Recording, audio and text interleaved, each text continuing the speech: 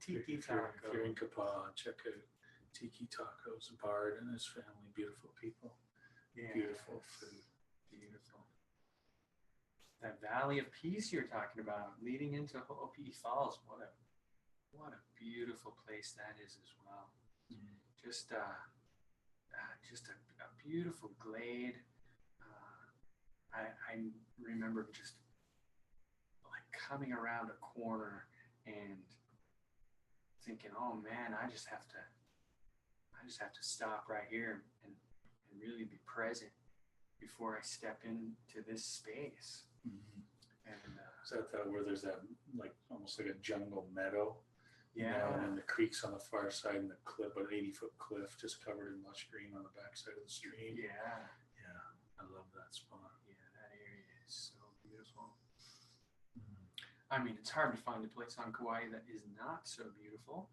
However, we do find ourselves in places that are seemingly magical, looking at the same as everywhere else. So that's one of those places for me. Mine too, and it's close to home, just up the road. Yeah, yeah. I like the accessibility factor. So today, presence was the topic, the theme that had come through to you, and I had a little meditation to begin about it. Yeah. And well, I shared first last time, so. Well, in just that same light as going into that valley space, I felt it was of my responsibility to be present, as I felt present.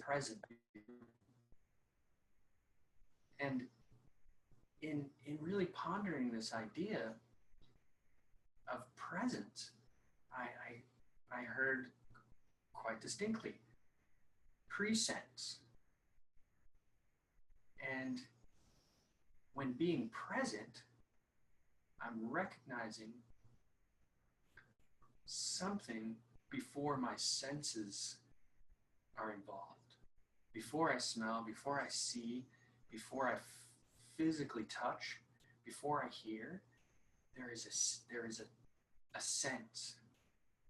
And we could say that this is the root of sensory, which we have been told is our biological functioning.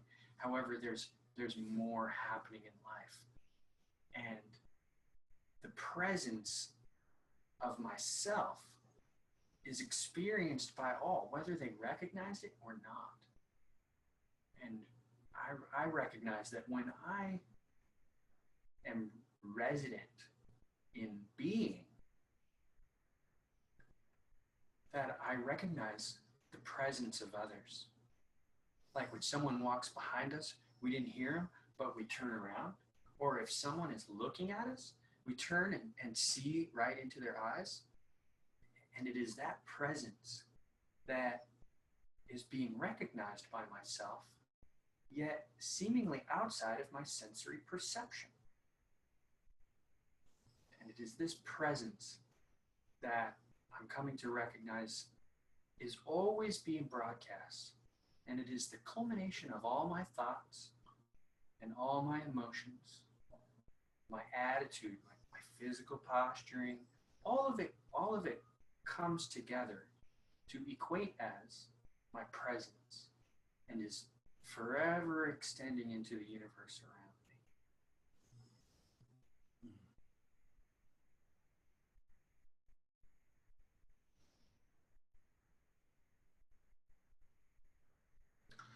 And what came up for me was the first thing that I heard was the art of presence. And so then I was just guided along what is the art of presence?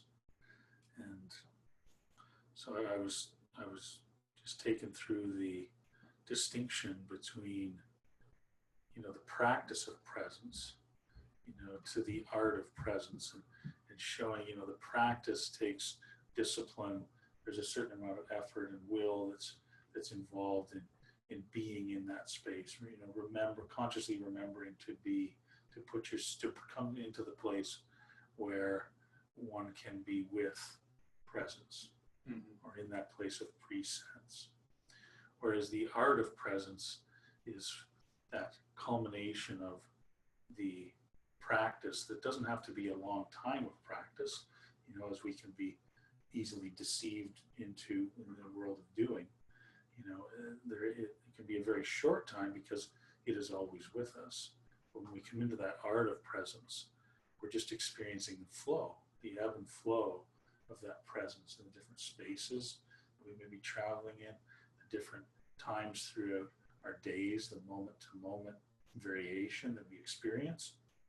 So there may be times where we're really connected to that presence, the presence that is always with us. There may be times when there may be aspects of this worldly reality which we also find ourselves engaged with, which is obviously connected to that presence. Yet it is, we have chosen on some levels to see it as separate. So it's helpful for me to distinguish it on a separate level at times as well. That can sometimes cause a distraction to take us out of the whole presence. Yes. So, so within that art of presence, being within the flow of that, a friend of mine that I've taught some Reiki courses with in Canada, likes to say that, it's her job each day to just discern what the level of the energy is and to be with it. Yeah. Sometimes there's a beautiful high vibrational flow and she just finds herself in that loving space very easily.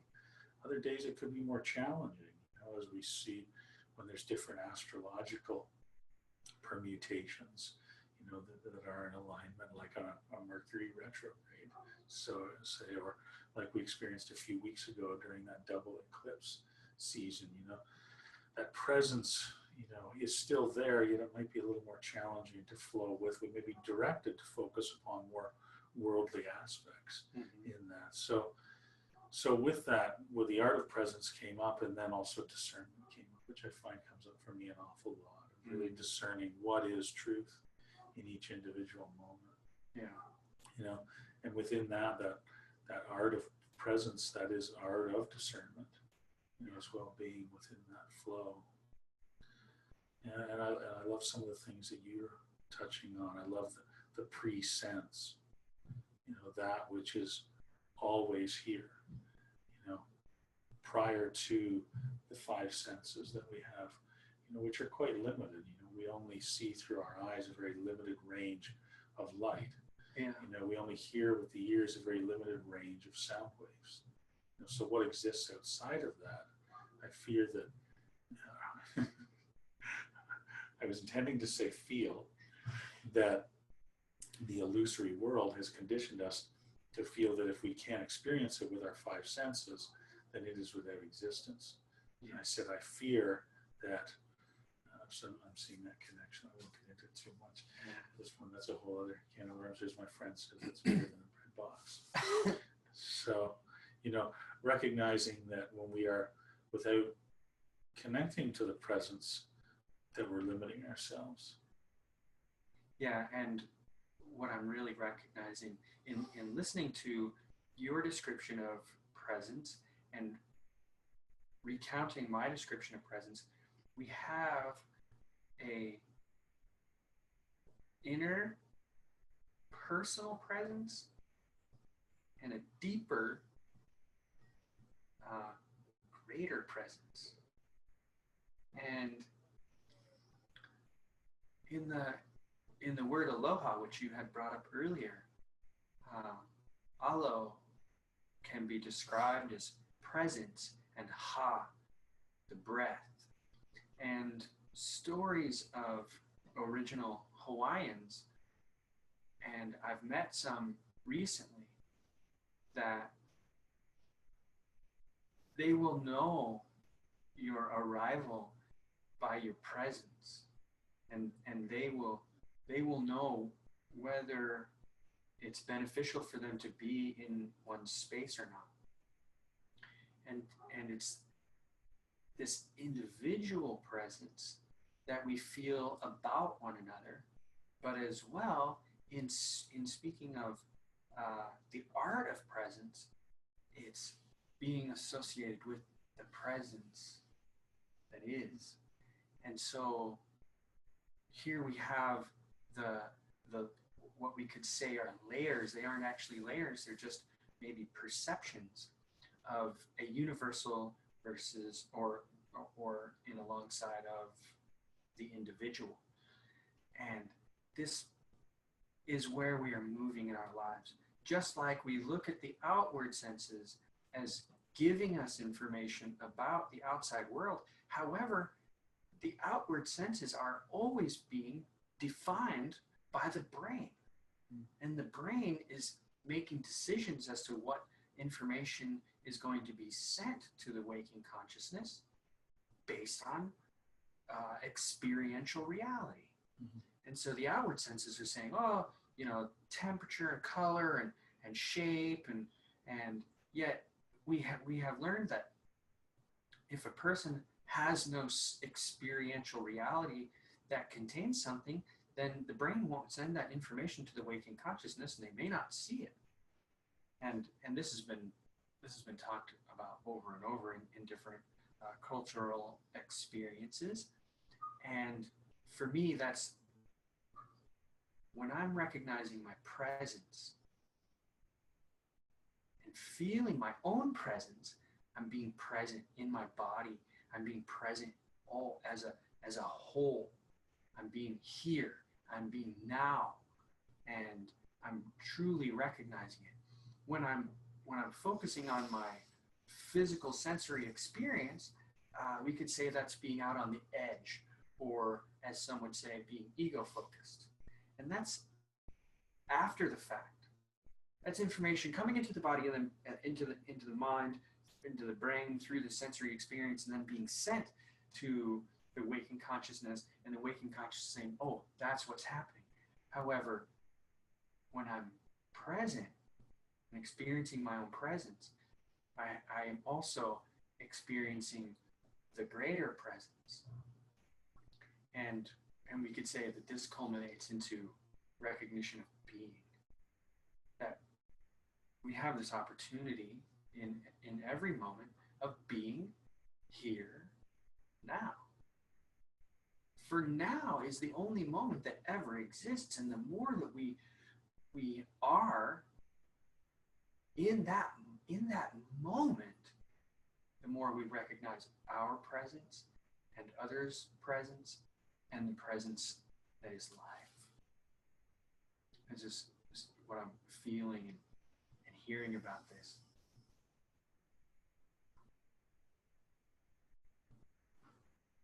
It's such a great topic, and we could go on for days speaking about it. One of the examples that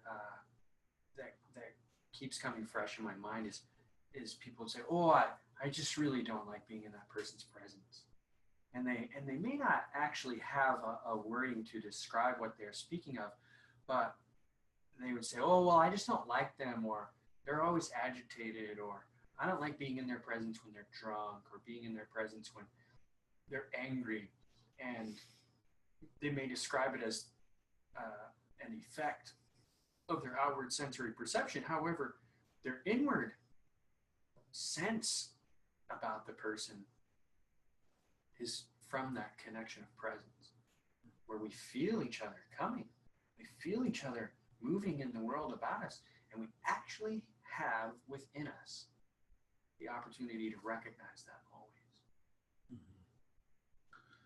And it's enough to trust that, and rather than, endeavoring to find just, supportive evidence to the point of view or what you are feeling in that time, so that we can gain allies for that point of view and then make ourselves right. It's our ego which is seeking that. Yeah. That, just trusting the feeling. And this had come up a few weeks ago, and you'd helped me out with this. There was a little excursion that was going to be happening on a weekend, and some different things that happened around that, and it shifted a little bit, and I was feeling just agitated about it, and is how I described it to you. And then then I had gone into, making these assumptions as to for what reason these things had shifted, and endeavoring to find evidence to support that point of view, and you very succinctly and straightforwardly just pointed me back to, you were feeling agitated, what does that mean for you? Do you really wish to continue on with this? Is it just that you don't wish to go, because of how you're feeling? And it was a powerful teaching for me, and a powerful remembrance in that moment that, here I am, the little me, the ego, is endeavoring to find all this evidence to support what I'm feeling, to make this feeling of agitation feel real to me, that I have to support it to others, and that I'm hoping I can compile enough evidence that I'll convince you, Jonathan, of my point of view, and then you'll agree with me. Yeah.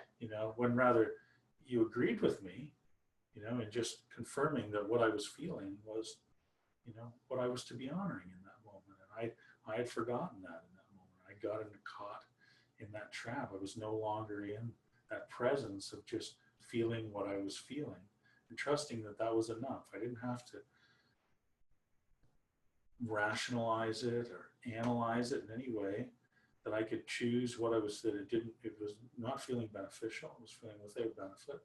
And I chose to be without going on that excursion. Yeah. And that's where it was. So, I think, just allowing,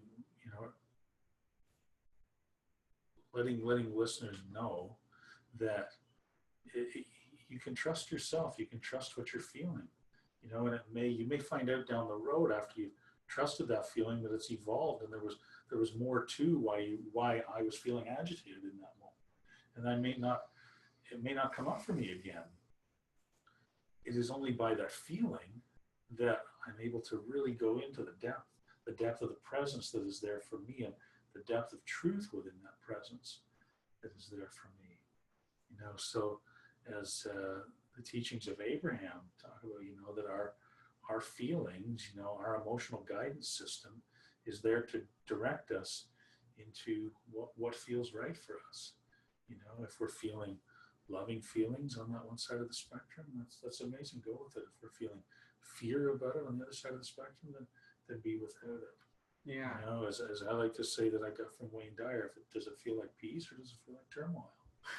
And we don't have to come up with a cacophony of reasons as to why it feels tumultuous. Yeah. We can just say it feels like turmoil and say, I am without engaging in this at this moment. Yes. And as I say, we may find out down the road that there was more to it. In fact, there's a good chance that we'll find out as we continue to be with ourselves, we'll find out there's a lot more to what we think is just going on the surface, that there's a lot of depth to it, and it can go back well into this lifetime and into others.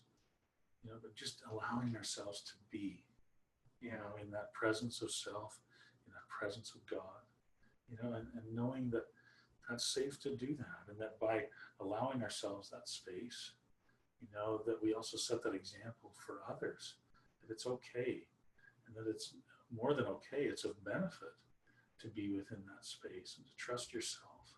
Yes. I'm really glad you brought up that story. It reminds me that the experience of presence is without thinking. When we move into thinking, we're out of the present moment and we move into defining. And so we have a feeling, and then we say, oh, I have to have a reason for what this feeling is and a meaning for what this feeling is. And I start applying all these little labels to it, and like you say, evidence. And then I advertise this evidence to others and say, hey, join my camp. Here we have all these reasons why this should be labeled and called or judged this way. Don't you agree? Yes. Yay, I'm valid. Todd has validated me. He has joined my camp. Here Todd has stepped up and he says, yes, I agree, Jonathan. Yes, all of this evidence that you've presented leads to the conclusion that this circumstance be judged this way. Jury, agreed. Yes. Sentencing, And that's all outside of the present. That's outside of this moment. In the moment, we have an experience of what a circumstance's presence is, and that's before thinking. And so the outside world says we're supposed to label everything. We're supposed to name every little thing. Name your kid, name your car, name your drum, name your wife, name your school, name your endeavor, name your career. I am XYZ. Name, all these names, facts and figures, and everything has to have these titles and everything. And that's all just running around. And that's all outside of the present moment. And in this present moment, I'm hearing just repeatedly that that's where the experience of presence is. And as some of the learnings that I've been in, talk about the guise of the usurper, and some different aspects of within our culture, within this world that have been usurped. One of those being wisdom has been usurped by knowledge. Oh. There's so much knowledge. In school, we're taught to memorize and regurgitate information. Yeah. Know all these facts and figures. What's the context of it? What's the real wisdom within it? What is the truth in there that actually gives us a picture of, for what reason things are the way they are, in our experience, outside of the five senses, within that presense, within the presence that is always with us, always has been, always will be, moving into form, out of form, through form. Whether you want to talk about it, as a theologian would describe the presence of God, our source, or whether a quantum physicist would describe energy. Mm-hmm. It's the same thing. Yeah. And focusing, that is the truth.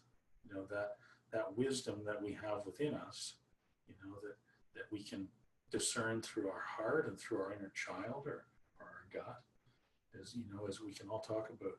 I think we can all recall times where we've trusted our gut on a decision. Well, that's the wisdom of our inner child, that's there leading us. Yeah. And it's outside of any knowledge of any facts and figures that we can collect and collate and put in a neat little package that says X proves Y. Yes. Just sort of to cut to the short of it, and to use a colloquialism, all that really is bullshit. And it's not serving us, yet we've been taught to get caught up in all of that. Oh yeah. Empirical evidence. Yeah. Well, you can't know that it's right or wrong unless you have evidence. Yeah. Well, regardless of whether something is right or wrong or not, we have an opportunity in this moment to be present and to experience the presence that is within and about us. And this is part of what I'm recognizing, people saying, let go, surrender, let go and let God, surrender unto the Almighty, surrender to grace, surrender to love. And it's a sense of validity that I have gained the knowledge that I can tell you, Todd, why I feel the way I do. There's a reason. And I have these books and charts. I can get them out for you. And they will explain the validity of why I feel the way that I feel. And that's without benefit, truly. We run around with these labels and prove to ourselves that we're right and that we're good. We've done a good job, we've been dutiful. And for me, this is a lot comes up to, to honor my parents. My parents, nurtured me. They nurtured me and cared for me and loved me and set me upon that path and said, now you go to school, boy, and you do good. You do as much as you can as you're told to do, and you respect your teachers and be nice to your neighbors, and you come home with good grades. Boy, if you don't, there will be hell to pay. and so I did, I went, did all that stuff, and seek a greater wisdom after being completed with those tasks, and come to find out that a lot of those tasks were really drawing me away from who I am and who I've always been. And it's that which I am, which is, it truly is at peace. When to be at peace, I'm recognizing, is to rest in the presence of that which is already, in the presence of that which is being this life. And this life is already happening. It isn't Jonathan that's happening. This life is already occurring. Jonathan gets to ride in it. I really find that when I recognize the label Jonathan is inside of a package. When people say think outside the box, well, I'll get you outside the box. Well, I can't get you outside the box, but I'm starting to call outside the box here now. And being here now, when I first heard that title on Ram Dass's book, Be Here Now, I had no clue what that no clue what that is. This was like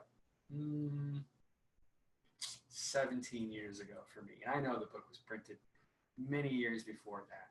And now I'm having a feel for what that title is. It feels really good to recognize that which is a being, and here is the only place I can ever be. I can't point to it, but I can speak from it. And now is ever present. It is the moment that is. It isn't tomorrow, and it isn't yesterday, and it doesn't begin with the N and end with the W. It is already. When I am here now, I actually have the opportunity of feeling my own presence and recognizing that, oh gosh, Todd feels it too. I want to clean up my thoughts a little bit because I know my presence is the same. Yeah, and there's that that fear bit that can enter in, Yeah. like, oh my gosh, if I only really knew what my true thoughts were, what really went on in my head. Yeah. And I know I really connected with that for a long time, and I felt ashamed, very ashamed of it, and I felt, almost that, I wanted nothing to do with God because He knew all those things, and I didn't feel that I was in the most beneficial place. That I felt ashamed of a lot of my behaviors and actions, and I had no context or awareness of the complete forgiveness, or that state of forgiveness that always flows to us from our Creator. Whatever you believe that to be, by whatever name you wish to call it, that forgiveness, that agape, that unconditional love is always moving to us unendingly, without end. Yes. And so, it was actually through, as you bring up Ram Dass, it was actually through Ram Dass that I was able to really bring some healing to that. And I remember hearing the title of Be Here Now mentioned, on a talk. And, then Googling it and seeing that cover and the blue drawing. There's a beautiful presence right now, Mr. Sage looking in at us.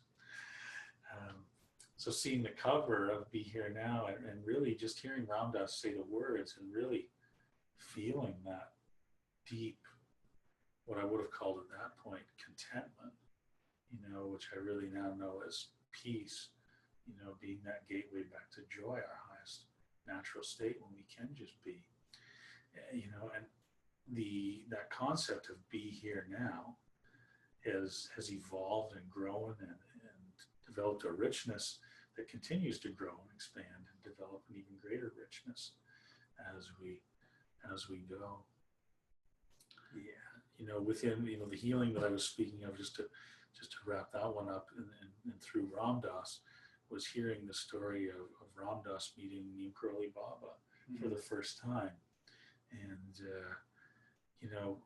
him Maharaji saying to him, you were out under the stars last night thinking about your mother, and here's this Harvard professor who's been summarily dismissed from Harvard, but still a very learned, well-educated being, thinking, I didn't tell anybody about this, but yeah, last night when I got up to have a pee in the night and I was looking up at the stars and I really felt the presence of my mother who left her body 6 months earlier. How does this guy know this? What sort of CIA involvement, is going on, spying and reading my thoughts. He said, then pretty soon I realized that he knew everything about me and he still loved me. Yeah. And he said that was beautiful for him to be able to hear, because, like me, like him, like I feel so many of us, that we carry around guilt and shame about, previous acts and behavior, that we've carried around, that we've been about. And that is the one thing, that lack of forgiveness of self, that really sticks within that wellness code and does not allow us to heal or be in that highest vibrational expression. Yes. So for me, hearing Ram Dass express that, I was able to start finding ways or explore ways within my consciousness of being able to let go of some of that shame and guilt.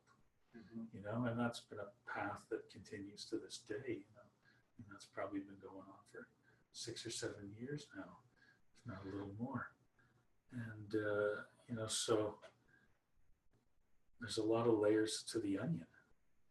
I can remember taking my first level of Reiki, and I worked part-time as a bartender at that time. And a woman came in who knew I'd taken the course, and she said, so do you feel like you've let go of all your stuff now? I was like, no. I said, I feel like, I've maybe peeled a couple of layers off the onion, yet, there's still a lot to go. Like, I've recognized the vastness of that engine, of the onion, of the layers of attachment, that this soul has chosen to take on. Yeah. And that path of Reiki, that healing path, that is,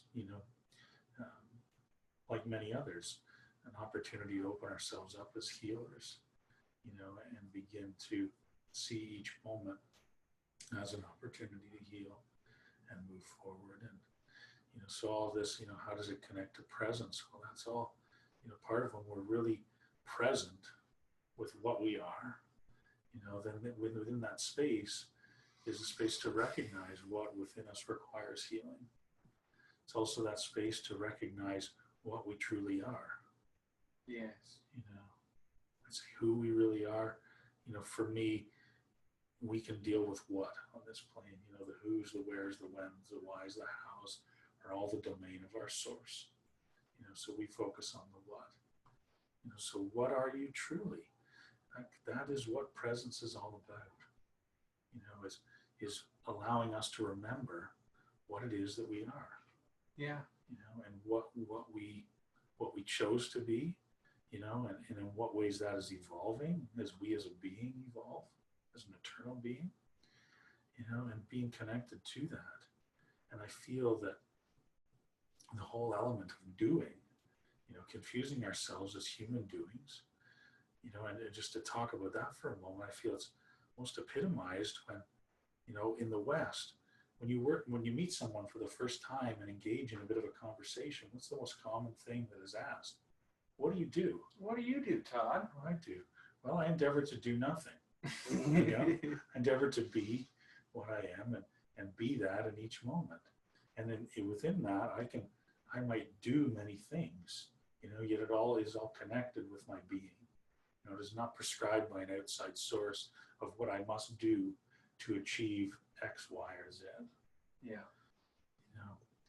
And so for us to practice within that presence, letting go of ourselves as human doings, Yeah. and be what you are. Be what you are by asking yourself, when it comes to any choice you're making, does it feel like peace? Does it feel like turmoil? Yes. Allowing that for yourself. We all deserve that. We all deserve to be exactly what we chose to be. And we can have the space to allow ourselves the space to connect with those unique talents and abilities that reside in each one of us. And they might be similar to something that resides in another being, yet we all have our own unique flavor, that is all our own unique essence, that is applied to those unique talents and abilities. So whether someone else wants to do another podcast on being, that's great. I congratulate them. I'd love to see more of that out there. Yeah. I know that even if it's called Humans Being, there'll be a slightly different flavor than what you and I are talking about. Oh, absolutely. Because we all have that unique essence, which those unique talents and abilities come through. So, allowing, being in that presence to allow our beingness come out. And what's the greatest test of whether you're aligning with your beingness? Do you feel joy? Do you feel joy when you practice that being, when you engage in that being?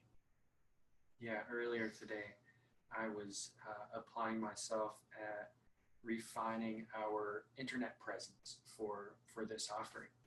And I was overjoyed. I was real happy, energetic, and every time I was progressing and then had a hang up or something, it only held for me the excitement of figuring it out. Mm-hmm. and was truly just in that moment of excitement and exploration about sharing this, about having this available in a way that it could be easily accessed by my friends and family and neighbors abroad. And I'm quite thankful about the reminder of being versus doing when applied to the idea that I can refine myself to be good enough. Okay, let's see, if I clean my mind, I clean my body, I clean my diet, and clean my clothes, then maybe God will accept me. And that's all on the outside. And that's outside of being. That's in the doing, caught up in doing. And it also reminds me of a conversation I had with a friend. He is a follower of the Hare Krishna movement and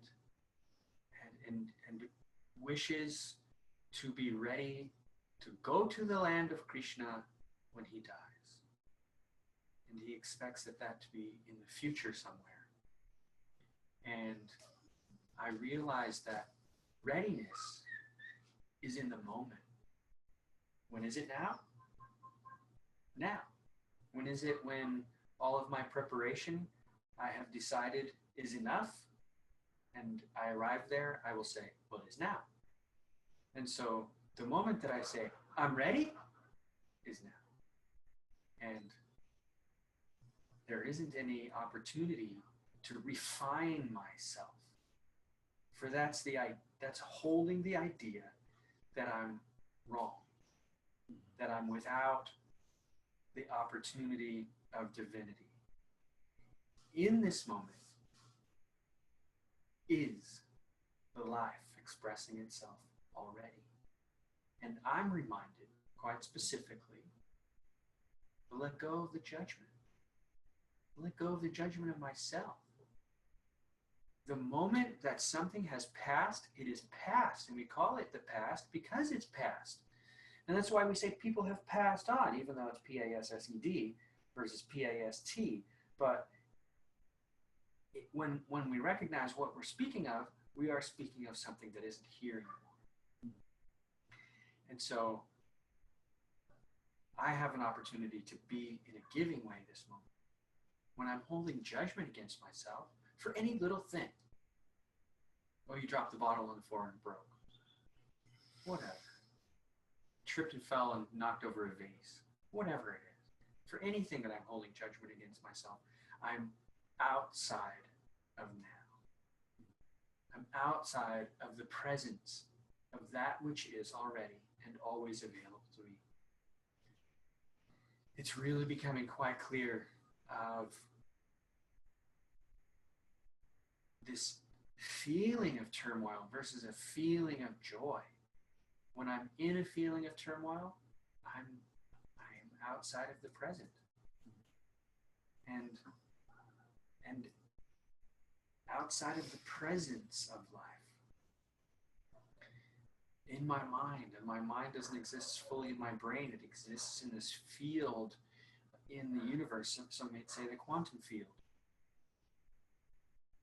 There isn't any refining the mind to make it okay for Todd.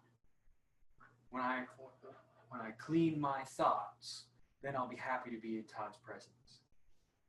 I'm happy for my presence to be experienced by Todd's presence. That's without truth. That's without truth and without harmony.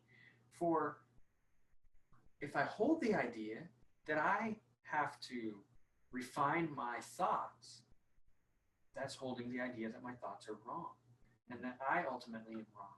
That's also holding the idea that I'm without the opportunity for a heavenly existence. And that's without truth. And so it brings me into this moment where there was a YouTube video I was watching of a guy, and I apologize, I forget his name. But he said, well, how do you want to be right now?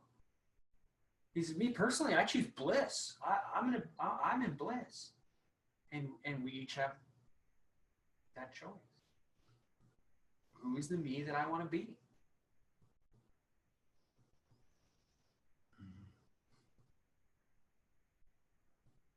And there isn't any getting to it. We get to be it.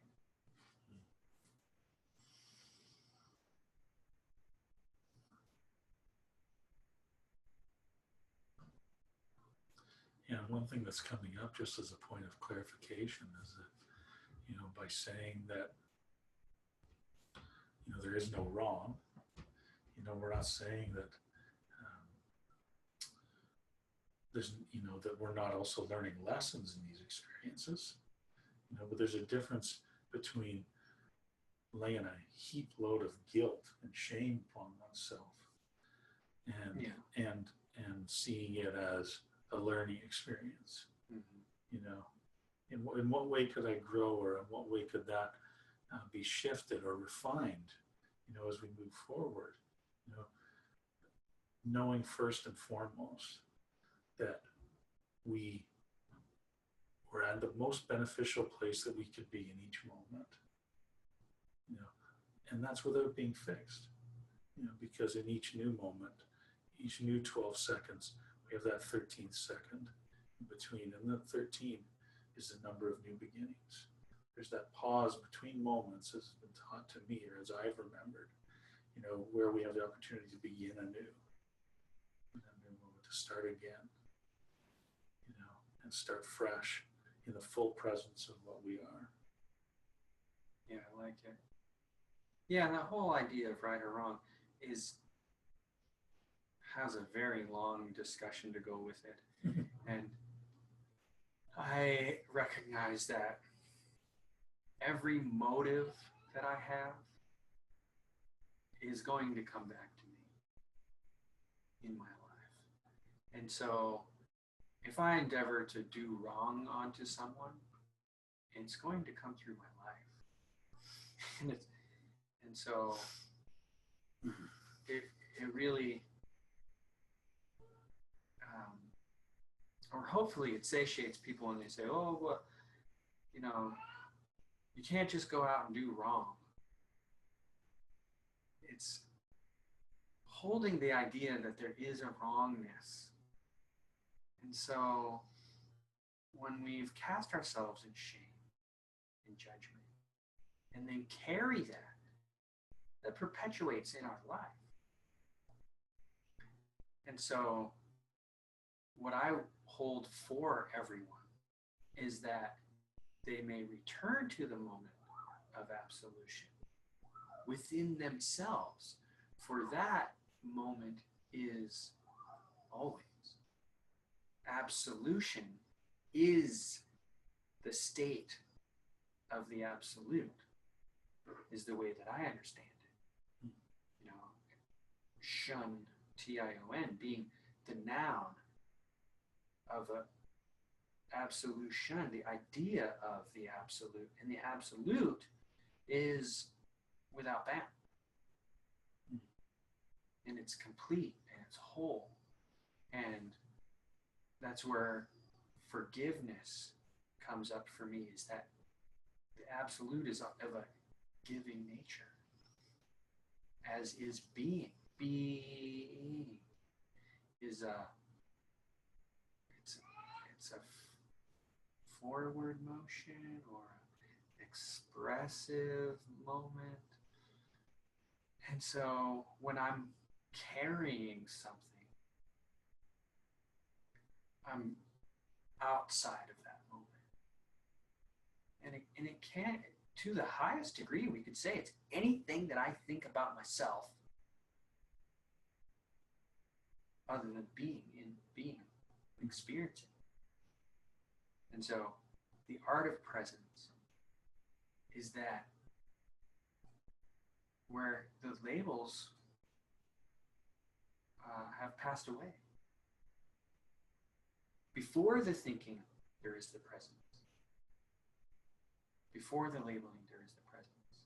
Before the forgiveness for the judgments, for the shame that I carry upon myself, there is the presence.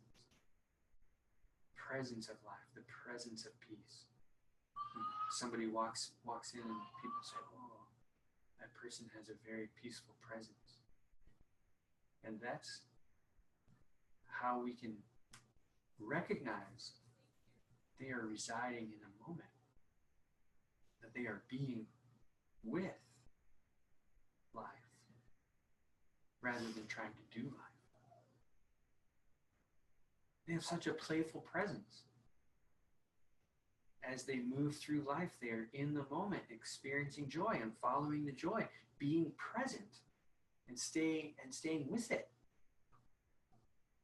And that leads to play. Joyful play.